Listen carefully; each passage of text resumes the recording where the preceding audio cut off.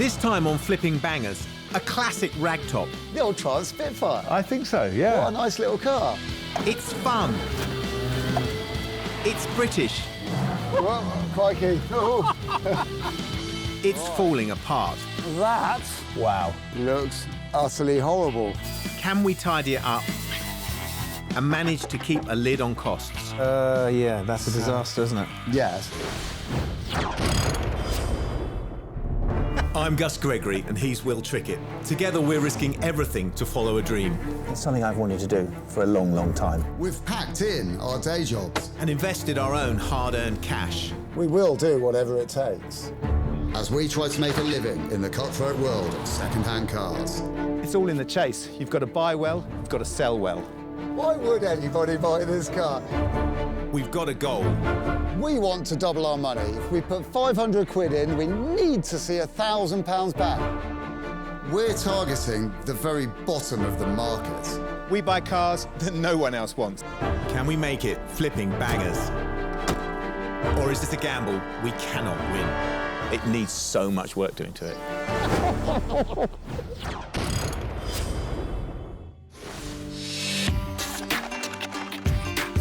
We've invested 10 grand in our new car trading venture. That's to pay for cars. Isn't it great? I know. I've never actually had a proper, clean workshop. No, this is really And exciting. so much stuff. I've got my favourite tools in here, my favourite spanners. But if we're to cover the rent on our lovely workshop and pay ourselves wages, the goal is to double our return on every pound we put in. If we can't make money, we lose. So far, the lights are still on, but we've got to keep the cash coming in. This isn't a game. Basically, we've given up a salary, a monthly salary, and replaced it with, well, possibly no salary at all. Our fledgling business is only breaking even at the moment, so it would be good if our next car could actually earn us some proper money. What will it be? You know, it seems to me, little point cleaning these if we haven't got a car to work on. We're going to have to buy one then, aren't we? We're going to have to buy one. I have got something in mind. Have you? Yeah, what about classic British roadster? Oh, I like the idea of that, and there are millions to choose from. Yes, there's millions. But which one shall we choose from? Well, in my mind, the choice is MGB, Yeah, OK. Midget, Yeah, Stag, Spitfire. OK. Midget, fabulous, Yeah, brilliant cars. but they're a lot of money. I love them, though. Yeah, Stags, similar sort of thing. And Yeah, stupid money Stags, really. Realistically, we just wouldn't find one to get started with. no. So that leaves us with? The old Triumph Spitfire. I think so, yeah. What a nice little car. I think it's a great idea. We're going to have to be careful, though, because if we want to make some money on a Triumph Spitfire, most of them suffer with the fact that they just rust away. A tatty one that's not rusty. That's what we need, isn't Yeah. it? Excellent. Right. It's a plan, isn't it? Let's do it. There are loads of Spitfires out there, and the starting price seems to be about £1,000. Will thinks he's found a good one for that money in London. So I have been speaking to a guy called Will, seems like a lovely chap on the phone. He's selling his late father's Triumph Spitfire, Brilliant. 1973 Mark IV. OK, so Mark IV, I would say, would probably be the one we'd want, isn't it? Well, it's the modernist, isn't it? You know, it's quite young. Hasn't had that much chance to go as rotten as some of the rest of them that will be available. What number is it? Do you know what number he is? Do you know what number he is? 71. 71. That'll be it. That's not too bad, is it? A little bit tatty. It looks great. So it's Will, is it? Yep, just like me. He won't be anything like you. He might be. Hi, Will. I'm Will. Hi, I'm Will. Spoke to you on the phone. Good day Hello, to Will, you. I'm Gus. Gus, nice to meet you. Pleased to meet you. It really stands out on the street, doesn't it? Yeah, isn't it lovely to see a sort of 70s sports car? Beautiful. This was my father's car. Fortunately, he's passed away. He had it for about a year working on it. Do you know anything about the car mechanically? What's it like? My dad did quite a lot of work in the first year before he became unwell, but it starts and it still goes, but it still needs a bit of work. Can we take it for a spin? Of course. We'll leave the Land Rover as a deposit. That's not going to be very much of a deposit, Gus. Not really. I'll take the suicide seat, shall I? Should we flip the old lid off? Yeah, come on. There is only one way to enjoy a car like this, and that's with the leaky-looking hood out of the way. Oh, my goodness.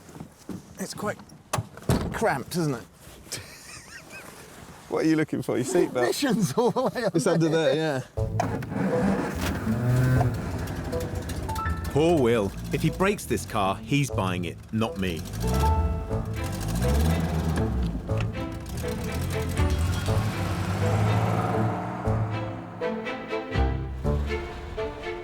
The Triumph isn't at its best in stop-start traffic, so we head for the greener lanes towards Kent.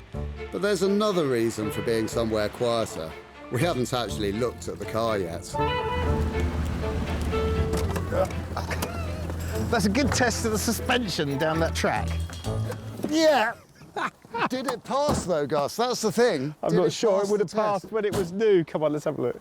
Yeah, I didn't want to sort of pick it to pieces on his drive, so I thought we'd have a look at it somewhere else, a bit more private. Yeah, good form. It's clearly got massive sentimental value to Will, hasn't it? Yeah, it was Yeah. his father's car. Yeah, definitely. Doesn't look too bad around about there, because someone's been in with the aerosol. That Wow. looks utterly horrible. You know, it seems bizarrely pretty solid, doesn't it? It does. For a car that stood outside for all those years, the bits that normally go haven't gone. He's put some work in here, hasn't he? He spent some money. There's a new distributor in it. It's got a new coil on it. Yes. So I think this car's okay. Yeah. But the proof of the pudding is in the driving, isn't it? Come on, shall we? Yes. Ready? So a cursory look says that this Spitfire is semi-solid, but there's plenty of other ways that this car can fail. We need to drive it properly. First things first, Gus. You wouldn't want to drive this car fast, anywhere. I'm not sure I'd want to drive this car at all. This car, it was obviously about looks rather than driving capability. It's slightly sketchy. Sure enough, the flaws start coming through. It would help it if it fired on more than 3 cylinders, do you think? Yeah, I mean, this car's not been... Whoa, crikey. Ooh. This car's not been set up for selling, has it? Not really, no. Oh, the chuff over the exhaust pipe sounds just like a little Massey Ferguson tractor working in the field. I know, it's a pain, isn't it? It spoils the pleasure, doesn't it? This Spitfire is a project car that needs a proper going over. I think it's worth taking a little bit of a punt on. It's a fun car. Realistically, if we offered him £500, He's going to say no, but he probably will settle somewhere near, won't he? that's what I reckon, yeah. It's definitely not £1,000 worth of car, not with the amount of work this needs. A Spitfire that drives and stops is still worth something to us. But at what point does it make financial sense? If we can't buy this car cheap enough, we can't buy it at all. I'm actually going to leave it in gear, Gus. We love it. Yeah? We'll have it. That's exciting. Fabulous. Exciting in a good way. Yeah, it's great. I mean, there's a bit of driver error, but the car itself is fabulous. That's brilliant.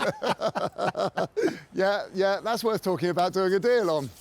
Good. It's quite exhilarating, Yeah. quite exciting, quite frightening, wasn't it, Quite Gus? frightening. And the downside of it is we don't actually think it's worth more than £500. Well, it was on the market for £1,000 and it's for my stepmother. I'll be able to probably meet at 700. That's the lowest I can go. Yeah, we're going to give this car a lot of TLC. Yeah, and finish off the job that your dad started. I think if you'll take 700 for it, we're happy with that, aren't we? We are, yeah. A deal for 700. Nice one, Will. Cool. Hey, that's really cool.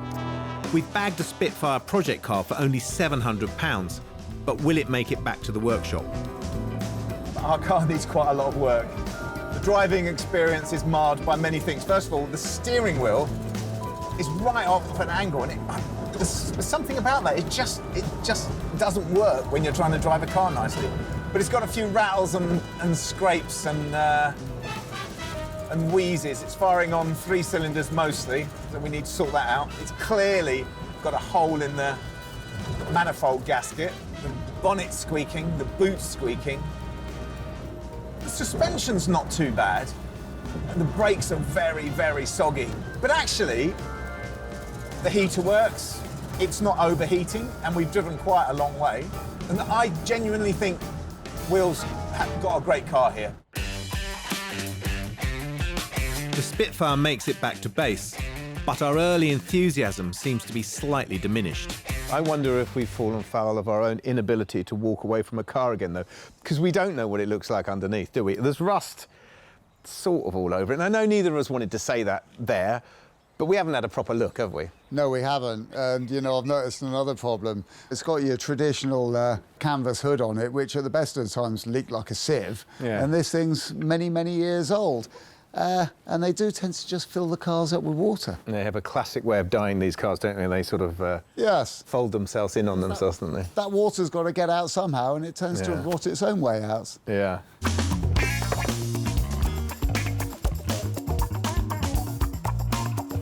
The Spitfire hasn't been clean in a long while, so we try and get rid of the green top layer.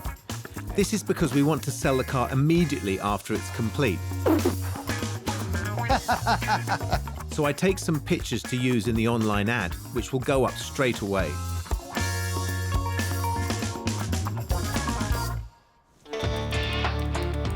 And of course, the listing describes the car as working perfectly, so the pressure is on to make that true. OK, online ad for our beautiful Spitfire, entry level into the world of British sports cars. Let's see. We had said we would do a starting price of £1,000, which seems ridiculously cheap, but we'd agreed it. And then a buy it now price of £2,250, which doesn't seem a lot of money, does it? Reserve price of £1,750. I mean, that really is a cut price way into British sports car ownership, isn't it? It's time to get the Spitfire into the workshop and start moving it from project car to show car. All right, not show car, but something better.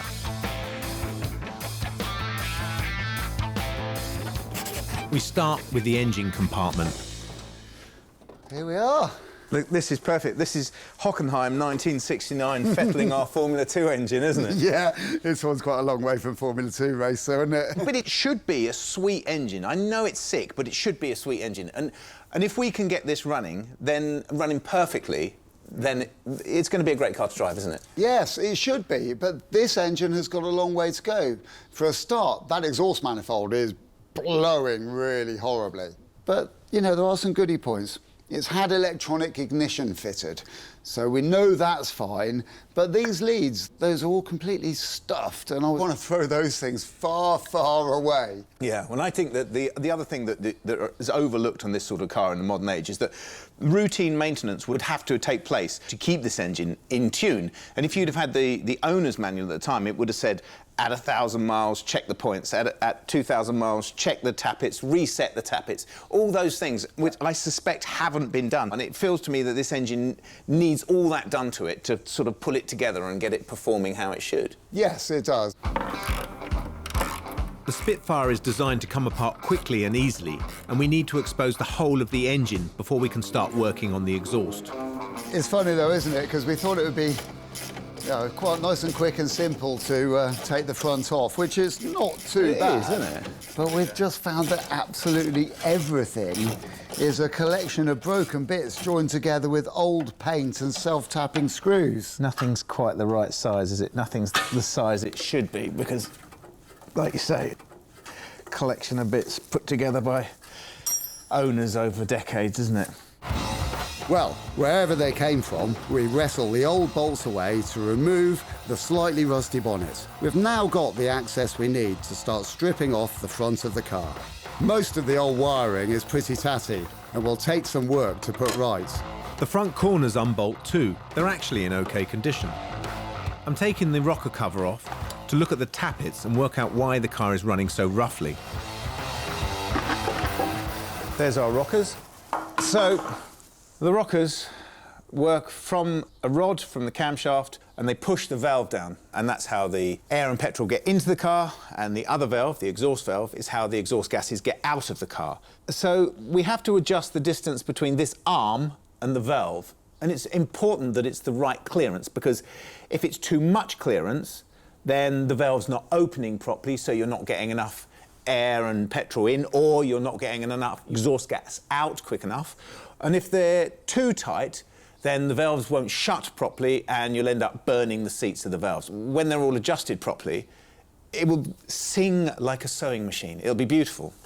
So the order is number 8, fully open, so the valve fully open, so this arm fully down. Then we can check number 1. It's called the rule of 9. It always adds up to 9, just the way it is on a 4-cylinder engine. So I'm going to pop the spark plugs out so I can turn the engine over. I have marked these on here as well to make sure that I put them back the same way round, because that really wouldn't be clever.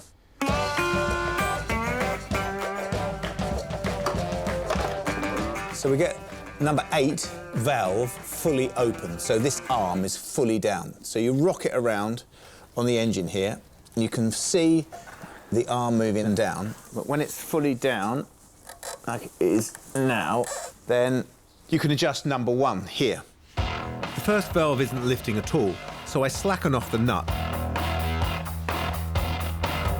and get my feeler gauge in and set it to 0.25 mil, which is the correct tolerance. And what you want is to be able to just feel it catching on both sides, and then that'll be the right distance. Yeah, perfect. And then we'll tighten that back up, keep the screwdriver where it is. Check it again. So that's perfect. Right, and then the next one. So number 6 and number 3. I repeat this with the other valves, and once done, they rise and fall perfectly.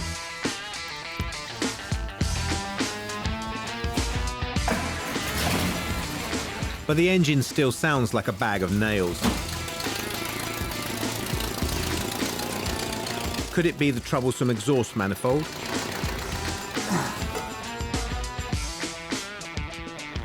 Right, OK, so I was hoping the exhaust manifold was going to be leaking at the joint between the steel pipe and the cast iron manifold, which would be the easy thing to fix with no problem at all. But it's actually not. It's far, far worse than that. And the leak is right at the back of the manifold, and it's not just a leak, it's actually broken. It looks like the corner has snapped off, which is a real pain in the neck, because it means that this manifold either needs replacing or repairing. Well, Rome wasn't built in a day, and Spitfires aren't generally fixed in a day. No wonder they're loved by people who love to tinker with old cars. So I start stripping the engine down, while Gus obsessively tackles the aesthetics. I know it may be petty, but I can't stand to see this overpainted and overpainted and overpainted. So I've taken it back to its original metal finish, and I'm going to wash it off and have a look at that, which might look good, or I'm going to respray it silver.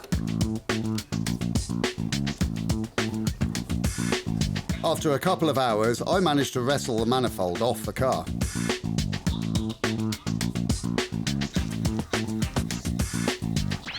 Hello. Oh, yeah, not good. Not good at all. I've got a horribly broken one of those. And look, it's completely snapped off from there. Yeah, that's a disaster, isn't it? Yes. The manifold is cast iron and not an easy metal to work with, and new ones are not available. Even if we can find one, if somebody was to weld it, it's going to take days, isn't it? It is. If we can find one, it's going to take us days to get it down here. Yeah. And it's going to cost money that we don't have. Yeah, true. This was going to be a nice, quick, easy job, and it's not. So the end of our first day is a mixed bag. We've sorted some issues, which is good, but we're already looking at costly parts, and we've barely started. Day 2. To find a rare exhaust manifold, Gus has tracked down a breaker who is carving out a business dealing only with Spitfires. So what's the story then? How did this all come about? Well, my dad's been doing it for about 45 years now, so I sort of fell into it. Fabulous. And we've got a fair collection. Wow. And This is what you want to see, isn't it? I mean, coming from what we're doing and looking at these, I just start seeing things. We desperately need a rear bumper for ours. yeah. Well, And this is it laid bare. This is the chassis, isn't it? that is it, laid out bare, yeah. And that's a shortened Herald chassis, isn't it? Pretty much, yeah. Same chassis. The Herald would have had a few more outriggers. Outriggers on it, yeah. But that's basically, yeah, down to It sort of looks ludicrous. down to when you see it. basics. Yeah. There's not a lot to it. But the real Aladdin's cave is inside. Wow. That is amazing. So what's really holding us up is a manifold. We've got a broken manifold. It's a 1296. Mark IV? Yeah, Mark IV, yeah. Sure, no worries. A couple of options on that. A couple, of course you have. Brilliant. Got one with all the studs intact. Yeah, good. Okay. Excellent. There's also a common problem is when taking them off, the studs snap. Oh, so of course, yeah. people replace them with a nut and a bolt. Oh, okay. It's a choice of two. Well, if I take the one with studs, I've got two got the two option. options, haven't Yeah, I? of course, yeah. So how much is that? They're £45. That's brilliant. £45. That gets us out of a hole. And I didn't think we'd be able to find one. It'd be really rude not to have a nose around. Can I have a nose around? I just keep seeing things out the corner of my eye thinking, how are we going to do without that? Help yourself, yeah. Just Have a fabulous. And the manifold is not the only thing I need. Whoa. You see, instantly, we need bumpers for our car. And everything you look at, you start thinking, I mean, our bumpers are painted matte black. They've got big holes eaten out of them. Yeah. Now, that whole matte black thing, I just don't get it. But The black was probably to hide the rust at some point, or the pitting. yeah. For example, that would be brilliant for us because it's got enough shine on it that you could give it a polish. I mean, it's not got to be concourse, but Yeah. it's better than what we've got. Yeah, well, something like that. All straight, no dents, no holes, 70, 80 quid. Brilliant. That would make so much difference to our car. For a £170 parcel deal, I've got a new manifold and good enough bumpers to bring the Spitfire up a notch. While Gus is in his elements looking at rusty bits of metal, I'm tasking myself with sorting out rusty bits of metal on our car. The issue with the Spitfire's body is the layers of old filler and paint that have been gone over again and again. It's not structural, but it's ugly. I've chosen to get started on this bit here because it looks like the biggest can of worms and it could take all day. The worst part is the rear three-quarter. I pull off the trim, which, as we've seen, is easy to remove. If I do break the trim, and I do break things from time to time, everything on this car is available. Under the top coat of paint, as I feared, it's not very nice.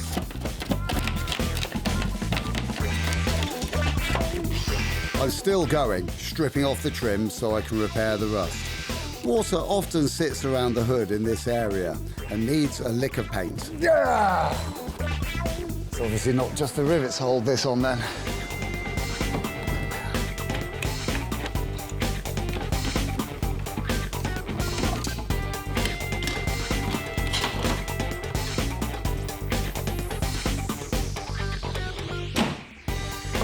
Now I need to cover the interior to keep it clean.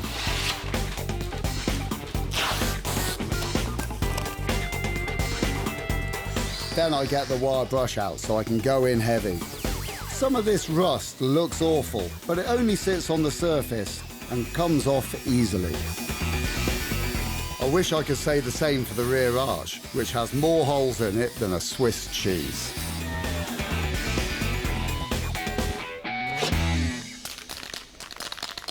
I've wire-wheeled all the crusty rust off there to bare metal, and I can put some red oxide on there to prevent it from going rusty again, and I'm ready to stick some filler in on top of that now.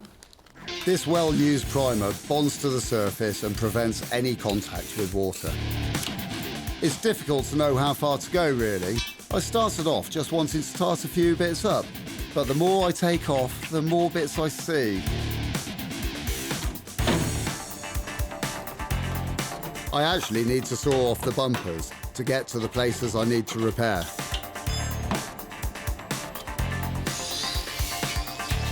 Because of the way the Spitfire is built, it will often attract rust on these seams.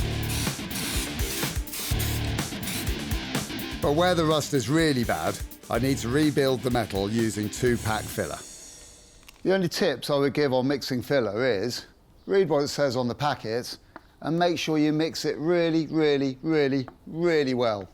It's really important. Filling looks easy, but the trick is not to use too much filler, as it's harder work to remove later. But that aside, it's definitely worth trying at home. It goes off quickly, then I sand it back, apply the primer. Gus is going to be pleased, if he notices at all.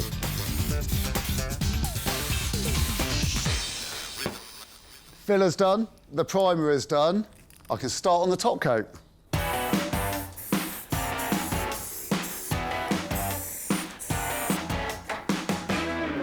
Yeah, it's been a great day. Yeah, I got loads and loads done. What about you? You got a manifold? Brilliant. Anything else?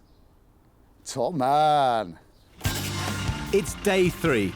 We bought a Triumph Spitfire for £700, which sounds cheap, but since then discovered a host of issues with it. But we're not crying about it. I've found a new manifold, and Will has made the bodywork look half decent. There's no reason we can't soon double our cash on it, assuming we can get it finished. Wow.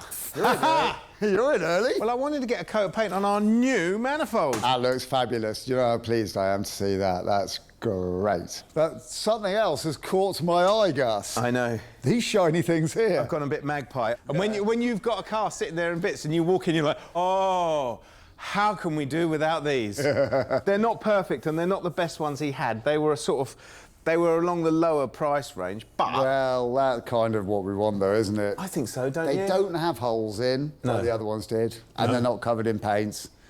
Yeah, no, I think good. I think polish them up and then put them on the car, and from this distance, you'd look at it and you'd think, oh, that looks great, don't you think? Yeah, I do. Yeah, I think it's worth it. Yeah, good call, Gus, good call. At the moment, it's looking a bit messy. I've got some other items to paint too.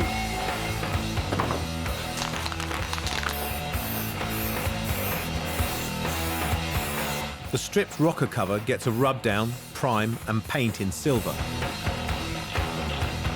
And now we're both in the room, we can check under the Spitfire and see why it's leaving traces of fluid on the workshop floor. The rear differential, effectively a gearbox that transfers drive from the prop shaft to the wheels, looks a bit suspect. It was probably the cause of the whining sound on our test drive. Ah, I think I can see the trouble. What have you found there then, Gus? Oh. But it doesn't look like there's any oil left in our diff. No, it distinctly looks like that front oil seal is gone. Yeah. And needs replacing. This one doesn't look too bad. What's that one like? Tiny weep, but don't think this one needs it. On the rear output shaft looks okay. So just that one at the front? Yeah. Well, I might do that. Can I do it? Well, why not? Yeah, I'll see if I can find a seal. I need to locate a new seal for the diff and engine mounts, and there's a supplier in Lincoln which carries a good variety of new stock for Spitfires. Mark?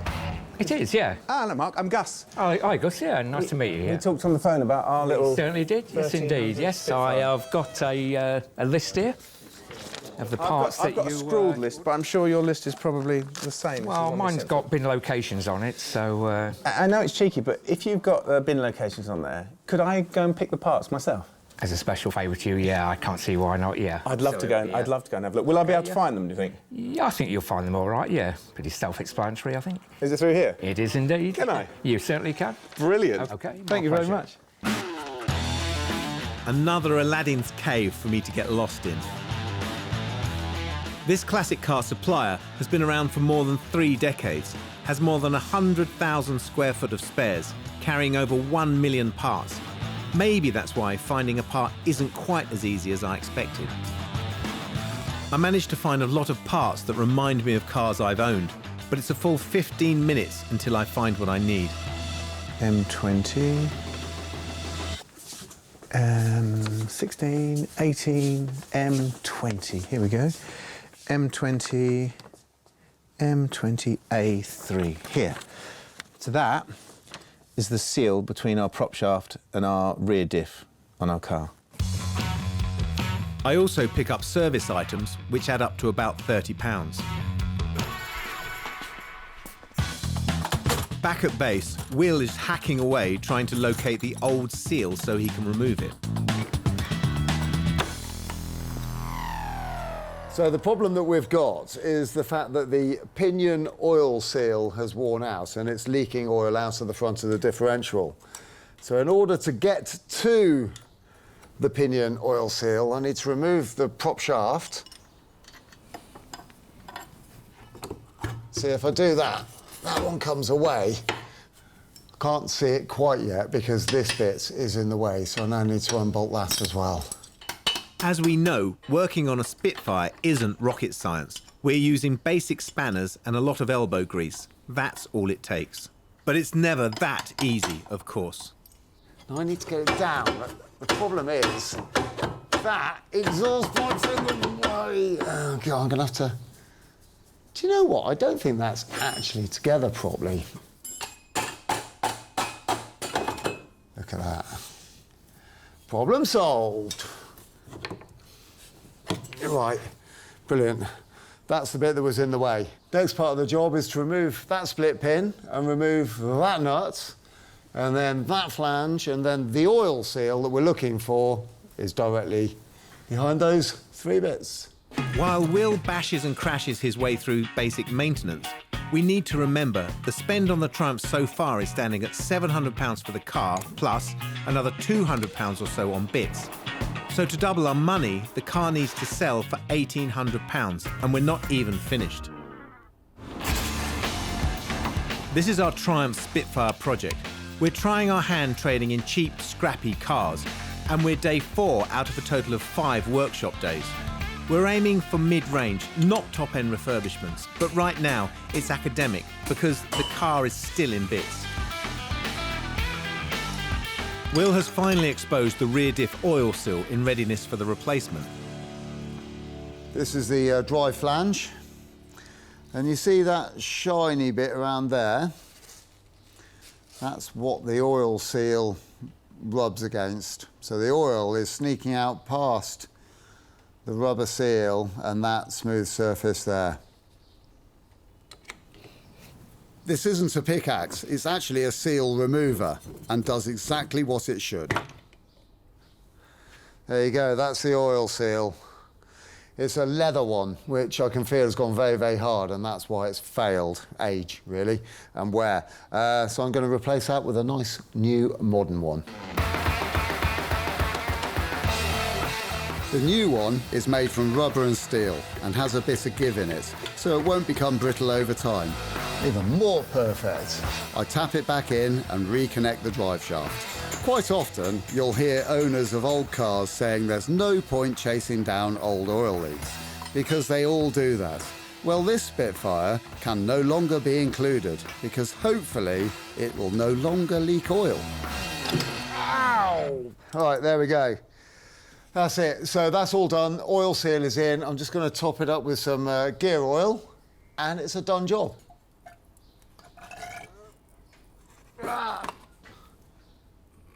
That's got it. Replacing an oil seal at the garage will probably set you back about 150 quid, but doing it yourself is much more satisfying. And now it's time for the last mechanical job, which is to replace the engine mounts, which might account for some of the engine vibration. We use the jack to support the engine while we try and locate the mounts. We've taken off the bonnet, the bumper, and all of the other bits, so we've got good access to it all. Yeah. And I still can't get to this engine I mount. can't either. We're good. Should we pull the radiator out? I think without a doubt, yeah. Hang on, I've got some leakage. Here's a tip. When you drain the radiator, try and retain as much of the fluid as you can, otherwise you ruin your workshop or someone else's. Well, none of it's in the bucket, actually. And with the rad out of the picture, we can unbolt the mount, heave them out, and replace them with brand new ones. One for you. Thank you very much. Because the access on the engine is so good, at least for the moment, it's a quick and easy job to bolt in the new mounts and move on. Hopefully, with the engine better secured, noise and vibration are going to be far less. We only need to get the rad back into place, then we can move on to the pleasing job of adding the new manifold, which also needs a gasket set in place first. I'm just going to attach the exhaust to the manifold, and I'm going to use a bit of gasket sealant between the two, just to make sure there's no leaks, so we don't get fumes in the car.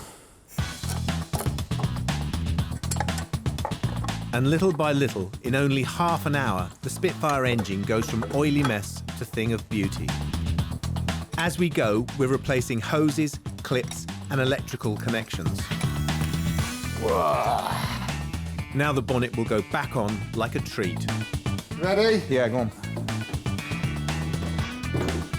And that's it. Day 4 closes, and we're making real, if slightly slow, progress. Day 5 on our Spitfire project. Overnight, our auction ad gets a contact from an interested party who is coming up to see the car tomorrow. The only issue we have is that the car has no bumpers, the roof's leaking, and we don't know if it runs. Oh, and it looks bad from most angles. So it's fine, really. Whoa. Big push. The first person who comes to buy our car, the first thing that they're going to notice is these wheels, because they stand out. And really, even if this was just a uniform silver, they wouldn't stand out. There are 2 ways to refurbish wheels. Take them to a proper company to strip, powder coat and paint them, and that's about £200 for the lot. Or get some of Will's treasured sandpaper discs and use them to work away the debris. The second way is far cheaper.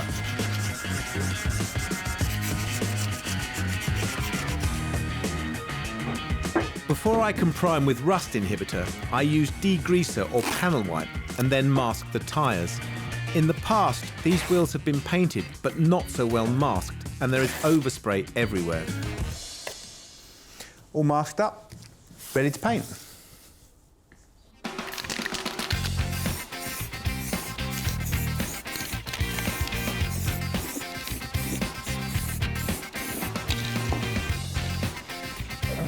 While I wait for the primer to go off, I get the remaining panels back on the car, this being the last day and all, and try not to look at all the other bits we really should have painted or replaced. Luckily, we don't regret in this game. The wheels are ready for the top coat, and the car is ready for new bumpers.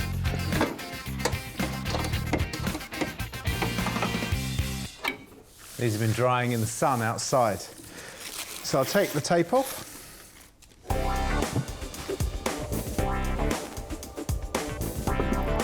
We never intended to create a show winner, merely a car that's significantly better than it was before, and that's working out nicely. Excellent. Looks 100 times better.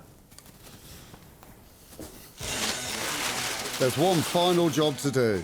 Fix the iconic Spitfire hood. The issue with the Spitfire's hood is that it hasn't fitted properly and doesn't have enough tension and doesn't keep the water out. So I'm going to simply re-rivet the poppers that keep the hood in place. I only need to do 5 or 6. How much difference will it make?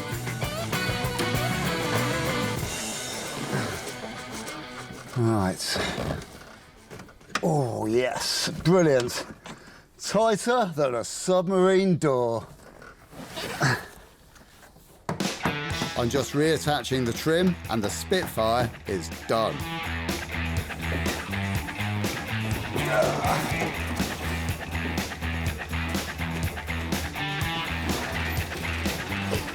Ah, look at that. She looks almost perfect in this light, doesn't she? For this car, we had to decide what to do and what to leave. So we did the essentials only. We got the engine to hopefully run a bit smoother, reduced the rattles with new engine mounts, kept it quieter with a new diff seal and a new manifold. We added bumpers. We tidied up the paintwork and hood. And when you say it, it's rather a chunk of work for the time, which is only 5 days. Money? Well, the Spitfire owes us £900 all in. It's good to get it out of the workshop. Yeah, yeah. I think that the engine, the drivetrain, it's all good, isn't it? It is. You know, we've done bits like this. So I've done the paintwork here. You know, it looks okay, but it does make the rest of the car look somewhat tattier. Yeah. But we just need to find a tinkerer. Yeah, exactly. To buy this car. This is a perfect rolling restoration car. Rolling restoration, that's it, isn't it? The big question is, do you think it will drive? Of course it will. Of course it's going to drive. Why wouldn't it? We still have one final job, and that's to see whether the Spitfire actually feels any different after our toils. I'm actually quite happy. Yeah, I think that struggling along underneath the constant blanket of grey, Yeah. it's comforting. It's Well, comfortingly it's comforting. British. Yeah, knowing that we're definitely not going to see any sunshine today in our wonderful little open-top Tourer. But you know what? The driving experience of this car has changed completely, hasn't it? Because it actually drives quite nicely now, doesn't it? And I don't have to shout to be heard because we've fixed that exhaust pipe and now it sounds wonderful.